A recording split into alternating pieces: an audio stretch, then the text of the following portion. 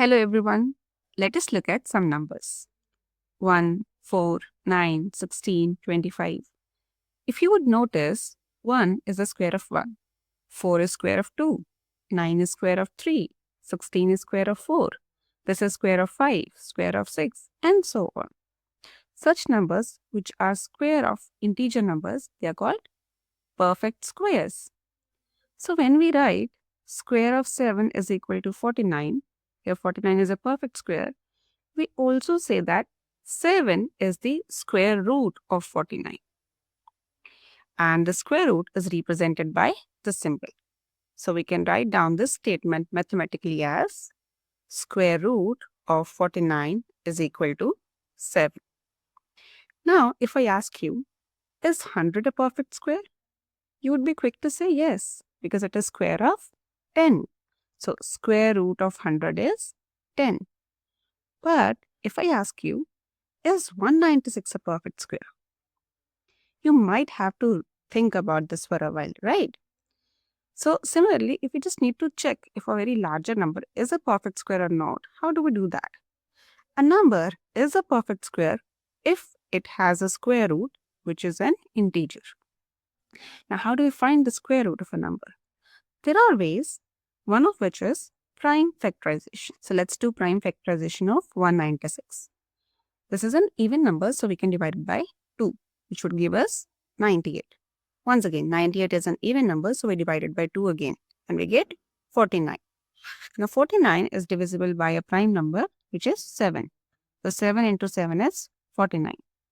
Once again, we can divide it by 7. 7 into 1 is 7. So, 196 can be written as 2 into 2 into 7 into 7. Let us shuffle it a bit and write it as 2 into 7 into 2 into 7. We do this to make groups of 2 numbers. Now, can we write it like this? This is one group and this is another group. So, 196 is actually equal to 2 into 7 whole square. 2 into 7 is 14. So, 196 is equal to square of 14. That means 14 into 14 is 196. So, square root of 196 is 14. So, what we're basically doing here is that for each group having 2 same integers, we just pick one number from that. Here we have a group which is having 7 into 7. So, there are 2 integers multiplied to it themselves. So, we pick one number from here, that is 7. And we multiply these. 2 into 7 is 14. Let us try this with 2 more numbers.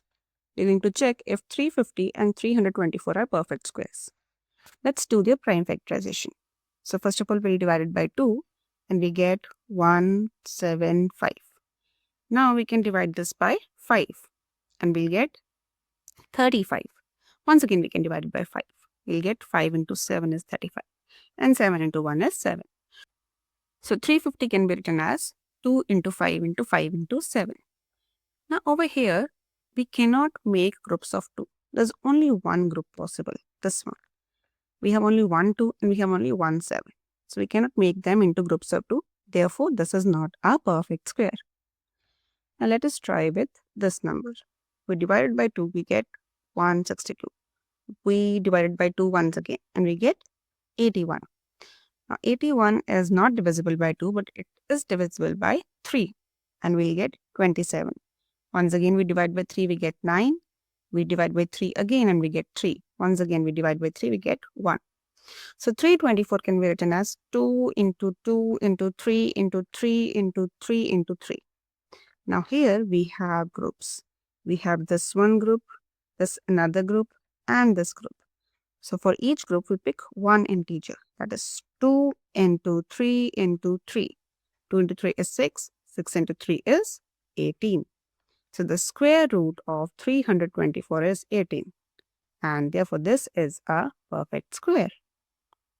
Now, apart from prime factorization, we have another method as well, which is estimating square roots. So we use an estimation method to find the square root of numbers.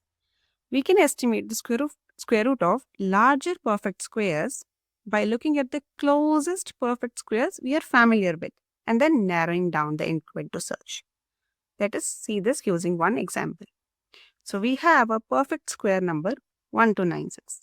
Remember, it is given over here that this is a perfect square and we need to find its square root by estimation. So now think about it. Think about the perfect squares that we know.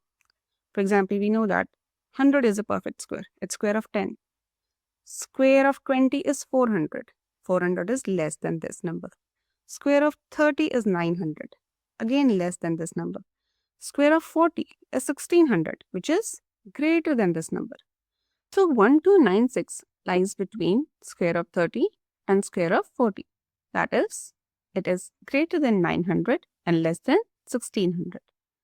So its square root will also be greater than the square root of 900 and less than the square root of 400, which is 30 and 40. So whatever is the square root of 1296, it will lie between 30 and 40. That is, it is going to be one of these numbers, 31, 32, 33 or 34, 35 till 39, right? Now comes the next interesting trick. Look at the unit digit of the number whose square root we need. It is 6. So what are the numbers on squaring which will give us 6 as the last digit on squaring? Let's look at this table. 1 square is 1. If we do a square of any number ending with 2, we'll get 4. If we do a square of any number ending with 4, it will give us 6 at the end. So what are the numbers which are giving 6 as the last digit? This one and this one. That means the square root of 1296 will definitely have 4 or 6 as their unit digit. So this tells us that it will either have 4 or 6 as the last digit. So it can either be 34 or 36, right? Now we can do one thing. We can just check the square of 34 and 36 and see which one is 1296. Or we can do an even shorter approach. We check the square of 35, which is 1225. Now, 1225 is less than 1296. It lies ahead. 1296 is ahead of 1225. So it will be square of a bigger number definitely, which is nothing but 36. Since this is less than 1296, therefore 36 square is 1296. That means square root of 1296 is equal to 36. This is a very interesting method, right?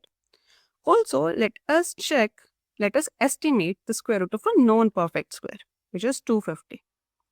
Once again, we are going to follow the same approach.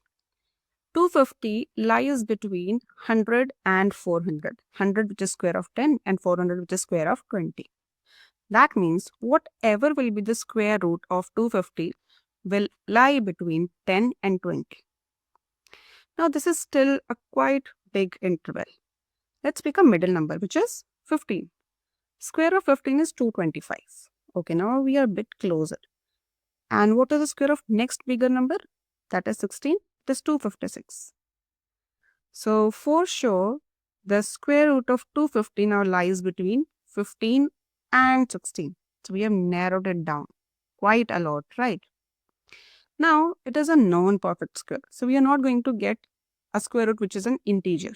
Obviously, because it is greater than 15, so definitely not 15, and less than 16, so definitely not 16. But since this 250, it is closer to 256. It is more close to 256 than to 225, right?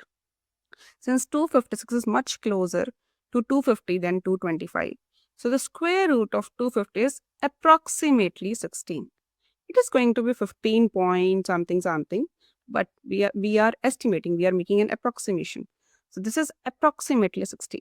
And also, we know that the square root will be less than 16, right? So it will be 15 point something. And that is an amazing method to estimate the square roots of perfect squares as well as non-perfect square numbers.